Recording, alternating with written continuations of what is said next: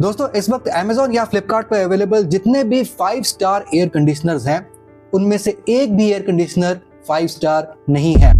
ये सभी air conditioners 4 star हैं और जो 4 स्टार एयर कंडीशनर्स हैं वो सभी एयर कंडीशनर्स एक्चुअल में 3 स्टार एसीज हैं। एंड Amazon Flipkart पे अवेलेबल जितने भी 3 स्टार एसीज हैं उनकी एक्चुअल स्टार रेटिंग 2 स्टार है। मैं ये अटपटी बातें क्यों बोल रहा हूं? क्योंकि 2026 में BEE ने अपने स्टार रेटिंग लेवल्स का जो कंप्लीट क्राइटेरिया है वो चेंज कर दिया है। जी हाँ, ये ऑलरेडी चेंज हो चुका है और अभी तक Amazon Flipkart पे मुझे तो एक भी एयर कंडीशनर ऐसा नहीं मिला जो कि 2026 का मेक या फिर मॉडल हो। अभी तक Amazon Flipkart पे जितने भी एयर कंडीशनर्स हैं वो सभी 2025 तक के मॉडल्स हैं और उन सभी पे जो स्टार रेटिंग लेबल्स लगे हैं वो पुराने वाले हैं।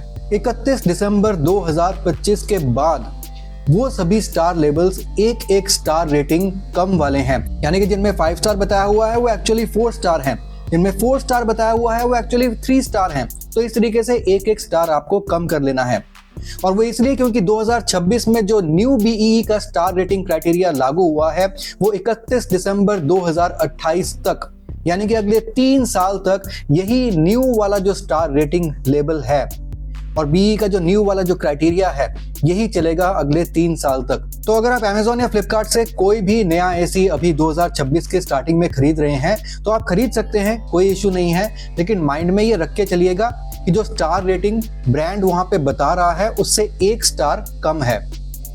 और जो नया स्टार रेटिंग है वो एक्चुअल में है क्या? BEE ने अब 2026 के बाद अगले 3 साल तक के लिए क्या स्टार रेटिंग रखा है।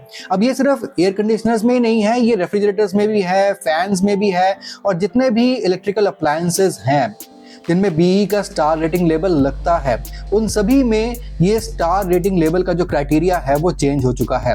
आज की वीडियो स्पेशली एयर कंडीशनर्स के लिए है, इसलिए मैं आपको बता रहा हूं कि BEE का जो न्यू स्टार रेटिंग क्राइटेरिया है उसके हिसाब से 5 स्टार रेटिंग कौन से एसी को मिलेगी, 4 स्टार रेटिंग कौन से एसी को मिलेगी, 3 स्टार कौन से को मिलेगी और इस तरीके से BEE ने क्या नया स्टैंडर्ड जो है वो सेट किया है। तो आपके रेफरेंस के लिए आपको अपने स्क्रीन पे दिख रहा होगा और ये है BEE का नया standard for star rating levels और इस स्टैंडर्ड को जो ब्रांड जो एसी मीट करेगा उसको ही ये स्टार रेटिंग लेबल दिया जाएगा BEE के द्वारा। अब BEE 5 स्टार रेटिंग सिर्फ उसी एयर कंडीशनर को देगी जिसकी ISR वैल्यू 5.6 या फिर उससे ज्यादा है। इससे पहले क्या था? इससे पहले BEE उसको 5 स्टार एसी दे रही थी जो कि ISR वैल्यू कम से कम 5 है और उसको 4 स्टार मिल रहा था जिसकी ISR वैल्यू करीब 4 है। लेकिन अब BEE ने ये चेंज कर दिया है और अब 5 स्टार एसी उसको मिलेगा जिसकी ISR वैल्यू कम से कम 5.6 है। 4 स्टार के लिए ISR वैल्यू 5 से लेके 5.59 के बीच में होनी चाहिए।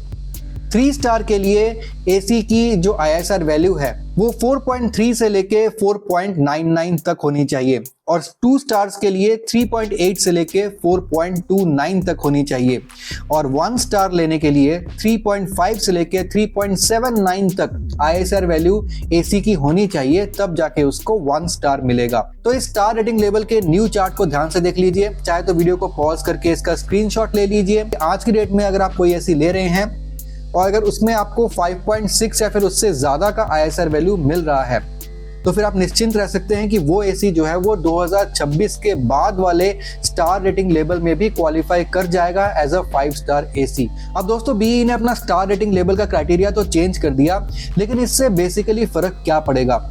अब मैं तो आपको यही बोलूंगा कि आपको बहुत ज्यादा फिनिकी नहीं होना चाहिए स्टार रेटिंग लेवल को देखकर, क्योंकि अगर आपको 2025 के हिसाब से भी 5 स्टार वाला एसी मिल रहा है, यानी कि जो 2026 के हिसाब से एक्चुअल में 4 स्टार होगा, तो वहां पे भी 5 स्टार और 4 स्टार एसी में बिजली की कंजम्पशन में ऐसा कुछ खास फर्क आपको देखने को नहीं मिलेगा।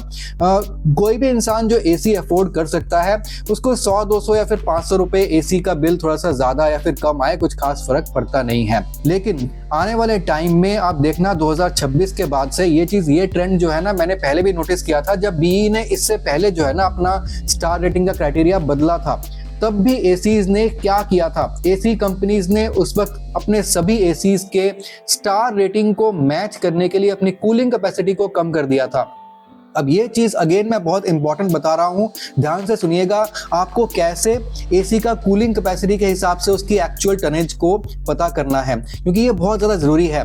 आने वाले टाइम में आप देखना 2026 के बाद यही होने वाला है। और कई एसी कंपनीज ने ये काम किया था कि स्टार रेटिंग लेवल को मैच करने के लिए, कि स्टार रेटिंग लेवल कब मैच होता है, जब एसी की पावर कंजम्पशन कम होती है, उसकी जो एनर्जी एफिशिएंसी है वो ज्यादा होती है। और एनर्जी एफिशिएंसी का मतलब क्या होता है? एनर्जी एफिशिएंसी का मतलब होता है कि एसी कम बिजली कंज्यूम करके ज्यादा कूलिंग करेगा या फिर अच्छी कूलिंग करेगा। अब यहाँ पे जो है ना, एक तरीके से एसी कंपनीज फंस जाती हैं। अब यहाँ पे या तो पावर कंजम्पशन कम ले लो या फिर जो है ना एसी की कूलिंग बढ़ा लो। जैसे कि एक कोई गाड़ी है, या तो उसकी एवरेज ज्यादा बढ़िया होगी या फिर उसमें पावर ज्यादा होगी। अब गाड़ी में एवरेज भी अच्छी हो और गाड़ी की पावर भी, जो बीएचपी है वो भी बहुत ज्यादा हो, ऐसा जनरली जो है ना होता नहीं है। उसके लिए बहुत ही अच्छी इंजन की ट्यूनिंग करनी पड़ती है। ठीक वैसे ही एयर कंडीशनर में भी होता है। अब यहाँ पे अगर एसी कम बिजली कंज्यूम करेगा तो फिर वो कूलिंग भी इतनी जल्दी नहीं करेगा। उसकी जो रियल टनेज है वो एक्चुअल में ब्रांड आपको लेट्स से 1.5 टन बता देगी ऑन पेपर्स, लेकिन जब आप उसको कैलकुलेट करने जाएंगे तो वो निकलेगा 1.4 टन, 1.3 टन, इस तरीके से। अभी भी आप देखना 2026 के बाद से अब जो न्यू एसीज आएंगे, जो 2026 के मेक एंड मॉडल होंगे, ज्यादातर, मैं ये नहीं बोलता सभी एसीज में, ज्यादातर 95% एसीज में आप देखेंगे उनकी जो कूलिंग कैपेसिटी है वो स्टार रेटिंग लेवल को मैच करने के लिए और बिजली के कंजम्पशन को कम करवाने के लिए उनकी कूलिंग कैपेसिटी उन्होंने कम कर दी, लेकिन एसी को वो 1.5 टन ही मेंशन करेंगे in case of 1.5 ton AC. तो यहाँ पे आपको बेसिकली ये कैसे जानना है कि ब्रांड ने जो आपको एसी बेचा है या फिर जो एसी आप खरीद रहे हैं वो एक्चुअल में लेट्स से आप 1.5 टन एसी खरीद रहे हैं तो क्या वो सच में 1.5 टन है? आपको एसी के ऊपर लगे हुए स्टार रेटिंग लेवल के ऊपर जाना है, जो कि सभी एसीज के ऊपर लगा हुआ आपको मिल जाएगा, क्योंकि बीईए ने मैंडेटरी कर दिया है कि सभी एयर कंडीशनर कंपनीज को अपने एसी के ऊपर स्टार रेटिंग लेवल तो लगाना ही है। इस पे आपने देखना है कि कूलिंग कैपेसिटी 100% लिखा होता है, वो उसके सामने कितने वॉट का कूलिंग कैपेसिटी लिखा हुआ है। लेट्स से आपको जो कूलिंग कैपेसिटी मिल रही है वो आपको 5000 वॉट की मिल रही है एट 100% कैपेसिटी। अब आपको इस कूलिंग कैपेसिटी को, जो कि वॉट में लिखी हुई होती है, इसको आपने 3500 से डिवाइड करना है, 3500 से। टू बी मोर एक्यूरेट 3517 से डिवाइड करते हैं, बट चीजों को थोड़ा सा इजी बनाने के लिए 3500 से यानी कि 3500 से आप उसको डिवाइड कर दीजिए। अब अगर किसी एसी का कूलिंग कैपेसिटी 5000 वॉट लिखा हुआ है तो 5000 डिवाइड बाय 3500 आता है 1.42 टन, यानी कि वो एक्चुअल में 1.5 टन का एसी नहीं है, 1.4 टन का एसी है। और आप ऐसे भी काफी एसीज देखेंगे जहां पे 1.5 टन मेंशन किया हुआ है, लेकिन वहां पे आपको जो कूलिंग कैपेसिटी देखने को मिल रही है वो आपको 4800 वॉट की मिल रही है। जैसे गोदरेज का एसी है, वहां पे अगर आप 4800 वॉट को डिवाइड करते हैं 3500 से या फिर 3517 से, तो वो आता है आपका 1.3 टन नियर अबाउट। यानी कि वो जो एसी है वो आपका 150 स्क्वायर फीट तक के रूम को अच्छे से ठंडा करेगा ही नहीं। वो आपका जो एसी है वो एक्चुअली 1.5 टन का नहीं, 1.3 टन का है। तो वो एसी आपका नियर अबाउट 120 से 125 स्क्वायर फीट तक के रूम के लिए ज्यादा बेहतर बैठेगा। तो इस तरीके से आप जो है ना पता कर सकते हैं कि एसी में आपको जो रियल टनेज है क्या वो सच में आपको 1.5 टन की मिल रही है। अब ये जो चीज है ये 2 टन के एसी में भी लागू होता है। 2 टन के एसी में अगर आपको 6000 वॉट की लेट्स से कूलिंग कैपेसिटी मिल रही है तो 6000 को आप 3500 से डिवाइड कीजिए, आता है 1.7, यानी कि उस एसी की एक्चुअल टनेज 2 टन नहीं है, 1.7 टन है। तो इस तरीके से ना ब्रांड आपके साथ खेलेंगी। अब यहाँ पे ब्रांड का एक और बहुत ही कह सकते हैं कि मजेदार ट्रिक है जो कि आपके साथ ब्रांड करती है। यहाँ पर ना ब्रांड आपको ज्यादातर एयर कंडीशनर्स में कन्वर्टेबल फीचर आपको दे देगी। अब आपने एक चीज नोटिस की होगी, आज से करीब 2 या 3 साल पहले बहुत कम ही एसीज ऐसे होते थे जिनमें आपको कन्वर्टेबल फीचर देखने को मिलता था, जैसे कि 5-in-1 कन्वर्टेबल, 6-in-1 कन्वर्टेबल, जहां पे एसी को आप अलग अलग टनेज पे चला सकते हैं। वो जो कन्वर्टेबल फीचर है करीब पिछले 1-1.5 साल में बहुत ज्यादा एयर कंडीशनर्स में आपको कन्वर्टेबल फीचर देखने को मिलने लग गया है, और आने वाले टाइम में आपको मैक्सिमम एयर कंडीशनर्स में ये कन्वर्टेबल फीचर देखने को जरूर मिलेगा। क्योंकि यहाँ पे एसीज किस तरीके से खेलती हैं, देखिए बहुत ही माइन्यूट और ध्यान से देखने वाली बात है।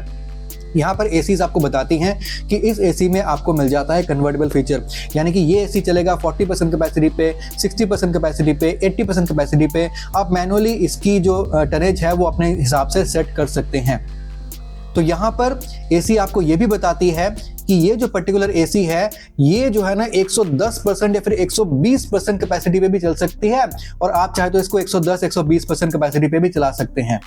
लेकिन वो जो एसी है एक्चुअली 110 या फिर 120% कैपेसिटी पे चलती है, तो वो लेट्स से 1.5 टन का अगर एसी है तो वो एक्चुअली 120% कैपेसिटी पे जब वो चल रही है तो वो 1.5 टन की कैपेसिटी पे चल रही है, और जब वो 100% पावर पे चलती है तो वो 1.5 टन से कम पावर पे चलता है, जो कि उसकी कूलिंग कैपेसिटी उसके स्टार रेटिंग पे लिखी है, उसके हिसाब से वो एसी चलता है। आई होप आप समझ गए होंगे। बेसिकली एसीज जो है ना अपने एसी को थोड़ा सा जो है ना ओवर पावर करवाती हैं सिर्फ 40 से 45 मिनट्स तक के लिए, लेकिन वो ओवर पावर भी एक्चुअली उसका रियल पावर होता है जो कि वो 1.5 टन तक पहुंचता है। और जब वो 100% कैपेसिटी पे चलती हैं, यानी कि 100% पावर पे चलती हैं, तब तो वो उतने ही पावर पे चलेंगी ना जो जितना उसके स्टार रेटिंग लेवल पे लिखा है, और वो टनेज जो है एक्चुअल में 1.5 टन से कम होगी, मे बी 1.3 टन या फिर 1.4 टन।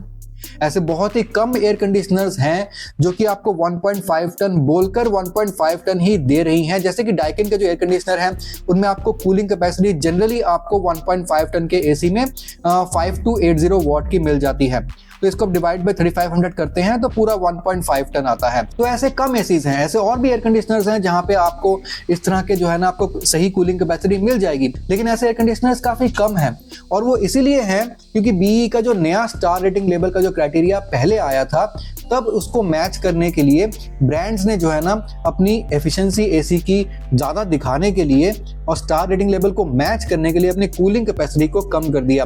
अब यही चीज 2026 में और ज्यादा होगी, जहां पर एसी अपने एयर कंडीशनर्स की कूलिंग कैपेसिटी और कम करेगी और आपको कूलिंग और कम देखने को मिलेगी रियलिस्टिकली एयर कंडीशनर्स में से। लेकिन वो जो एसी है वो ब्रांड मेंशन करेगा कि 1.5 टन है या फिर 2 टन है, लेकिन उसकी रियल टनेज उस हिसाब से नहीं होगी। तो यहाँ पे आपको बेसिकली अगर मैं समराइज करूं तो आपको दो चीजें चेक करनी है।